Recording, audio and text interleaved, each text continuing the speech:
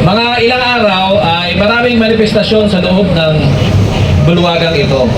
Napakaraming kahilingan ng pagprotekta para naman bigyan ng karapatang pantao ang isang inaakusahan.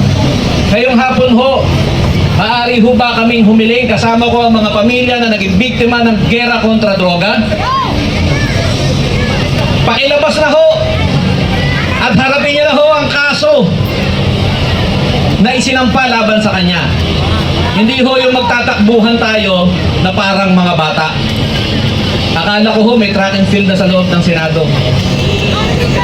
Athlete pala siya. So, ngayong hapon ho, nananawagan ho kami mga pamilya na naging biktima. No, sana naman ho ay dinggin niyo yung aming kahilingan. 10 taon na ho ang aming inintay. 10 taon na ho kaming umiiyak din ako eh. Umiyak din ho kami. Totoong iyak ho yun kasi mga biktima ho namin. Mga mahal namin sa buhay ang nawala. Ngayong hapon ho, kasama ko ang mga ilang biktima na naririto. Patuloy ho kaming humihiling sa bagong pamunuan po ng Senado. Hindi ko ho maalala yung pangalan ko, sino kayo. Salamat sa pagpapaalala. Okay, so kami ho nananawagan na sana ho ay litisin proceeding ho ng impeachment complaint ni Sara.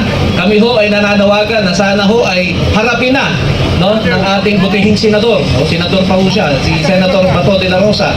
Na sana ho ay lahat po ng mga bagay na ito ay kanilang panagutan. Nagpatuloy ho kami magbabantay sa inyo sa labas ng Senado.